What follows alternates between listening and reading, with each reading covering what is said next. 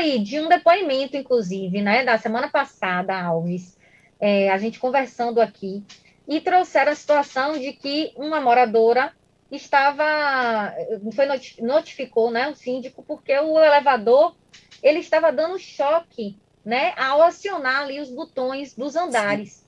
E sim. aí trouxe um alerta para a gente, né? Poxa, eu, pelo menos, nunca tive a experiência de entrar num elevador e ele dá choque. Creio que isso, com certeza, não deve ser natural. Então, vamos entender quais são os cuidados, né, que os condomínios precisam ter, que tem elevadores, sejam comerciais, residenciais, disso não acontecer e entender se isso pode até levar a um caso mais grave, né?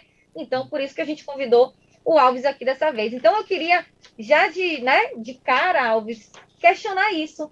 Os elevadores, eles podem dar choque? Ou foi só uma sensação? Né? Isso é comum? Então, explica para a gente. É interessante que essa semana o Castro me ligou e disse assim, Alves, é verdade que elevadores dão choque? Aí ele explicou o que aconteceu, né? Então, não é normal, né? Mas isso é possível acontecer. E, sobretudo, para os elevadores antigos, né? São elevadores que não vêm agregado às novas tecnologias, não vêm agregado às normas técnicas mais atuais de segurança, mas isso é possível sim, mas sobretudo elevadores antigos, tá? Como é que isso ocorre? Ocorre pela a própria falta de aterramento do prédio. Eu vejo assim, muitas vezes os prédios estão se modernizando, estão melhorando o para-raio, estão melhorando o aterramento, isso é importante, né? Eu costumo dizer que um bom sistema elétrico, bem feito, projetado, também traz uma redução de energia. Hoje, existe uma norma técnica, a NBR 5410, que estabelece as condições necessárias para o funcionamento seguro de uma instalação elétrica, logicamente de baixa tensão, até mais ou menos 1.000 volts. Então, isso é importante a gente frisar de que, sobretudo os elevadores, os prédios mais antigos, deveriam fazer uma adequação das instalações elétricas com base nessa norma. Mas é possível sim, eu já vi vários casos sobre isso. Inclusive, agora também eu falo sobre o descumprimento da norma técnica, mas também eu falo também de problema de manutenção. Sim, Eu, verdade. eu já fiz consultoria técnica em prédios e davam problema de choque, porque apesar do prédio ter o aterramento, mas o equipamento não estava aterrado, né? E com isso provocava o choque elétrico. Então, até nesse aspecto da manutenção, deve ser levado em consideração também quando ocorrer um incidente de choque. Verdade. E às vezes as pessoas pensam, né? A maioria pensa que aterramento é só ali por causa da questão do raio, enfim. Não, não é, não. Todo tá tudo interligado, não é isso, Alves? Então, precisa dar devida atenção.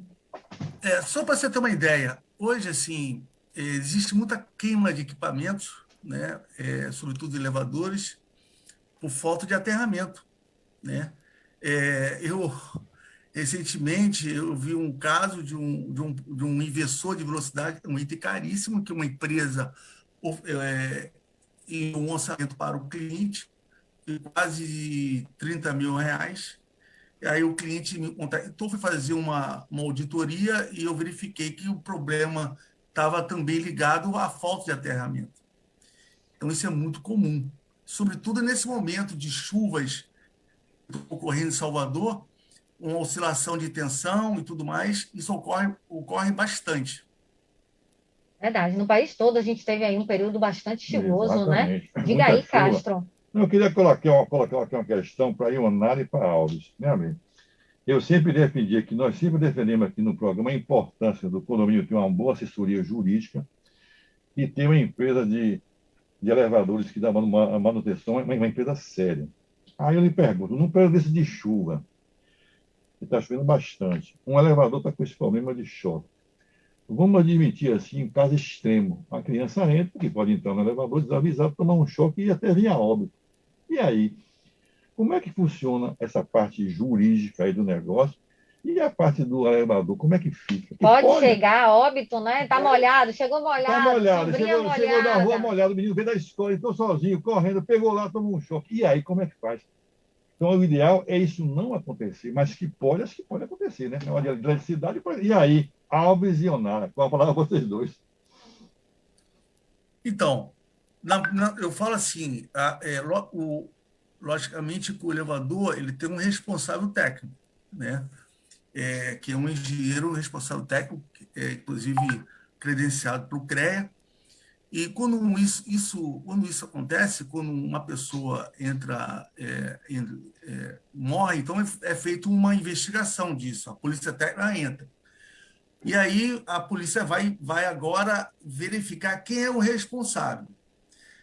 Se for comprovado, né, perante a justiça de que o problema era a questão estrutural do prédio, que o prédio não tinha um aterramento, né, e que a empresa alertou isso ao condomínio, que o aterramento estava fraco em relação ao projeto em si, eu acredito que aí a responsabilidade passa para o condomínio.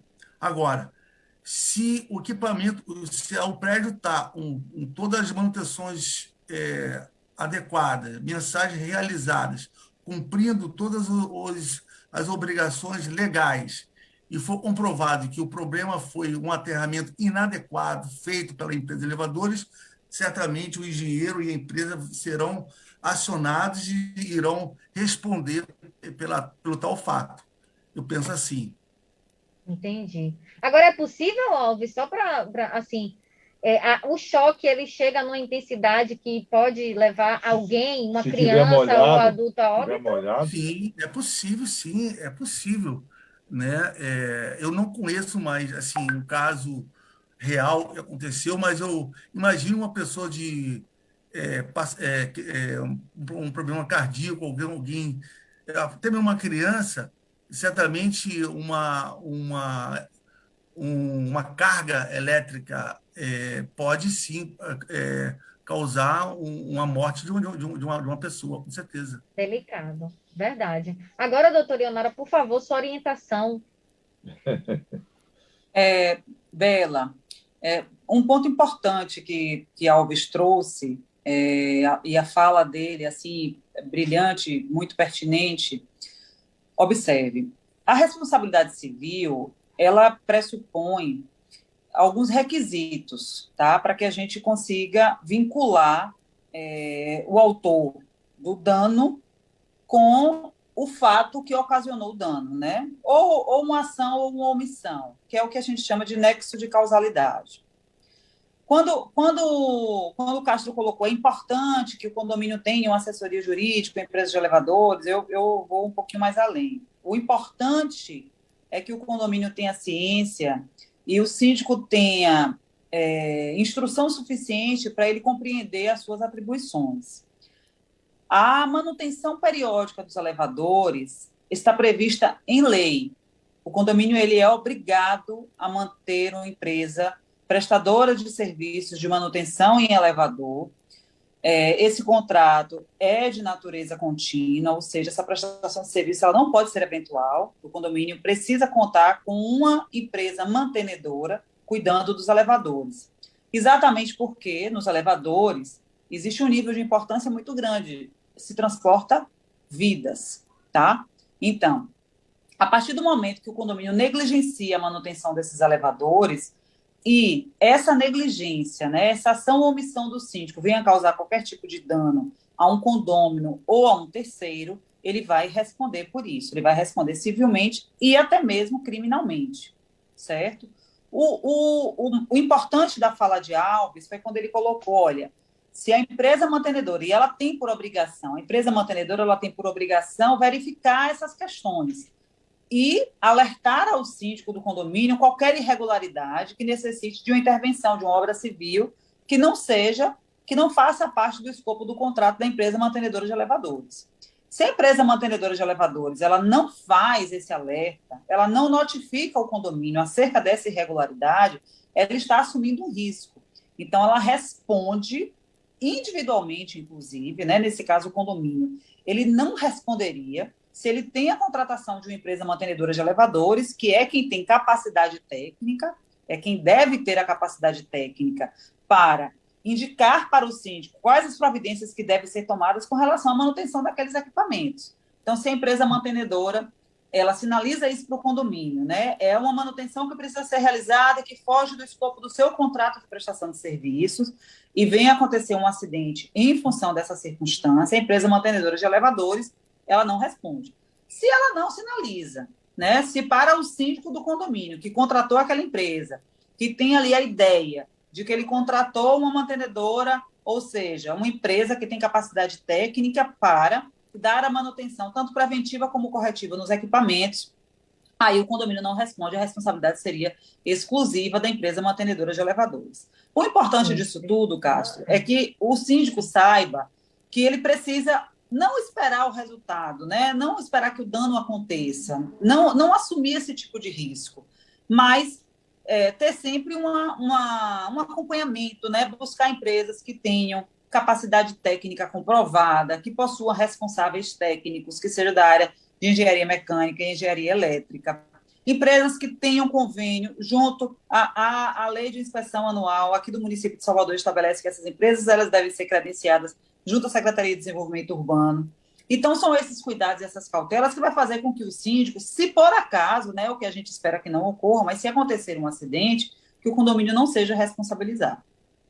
Sim, com certeza. O condomínio e o síndico, né, Porque, estejam aí inclusive, resguardados. Bela Leonardo Alves, eu estava falando com o pessoal de condomínio ontem, que eu não quero citar o nome, né, que não é o caso, mas que tem uns 2 meses faltou energia nesse prédio, e esse prédio tem gerador. Só que a função do gerador, no prédio desse, é para quando faltar ele entrar automático. O gerador não entrou. O pessoal ficou preso em alguns elevadores, em andar, gente passou mal e tudo. E aí, num caso desse, você tem o gerador, mas não tem. Porque na hora que faltou energia, é um prédio comercial, muita gente apavorado, querendo descer. Como é que você desce chovendo e tudo, faltou energia? Como é que faz? Por que isso? Faltou, segundo a informação que eu tive, manutenção do gerador. Porque o gerador, ele precisa ter manutenção, Alves conhece melhor do que eu, porque não é a minha área, mas está em ponto para faltar ele entrar. E não entrou. E aí, como é que faz? E aí vai dar uma série de questões para jurídica e tal, a empresa de gerador que dá manutenção, o síndico, e aí vai esperar isso acontecer. Tem que ter responsabilidade. Isso, Cássio, acontece demais, cara. Assim, a falta de manutenção de um gerador, né? Isso, depois a gente só vai perceber isso quando falta energia. Então, para o caso de gerador, também precisa ser feita manutenção regular. Né? Existe, né, uma vez por mês, o técnico tem que ir lá no local, fazer teste, verificar se está funcionando, para evitar uma situação como essa. Mas é muito comum isso acontecer. Aqui já tratou até disso, de manutenção de geradores, e o que tinha de condomínio sem gerador, na verdade com gerador, mas sem gerador, né? Bom, mas escute aí o recado de Paulinho, já já a gente está de volta, participe com a gente.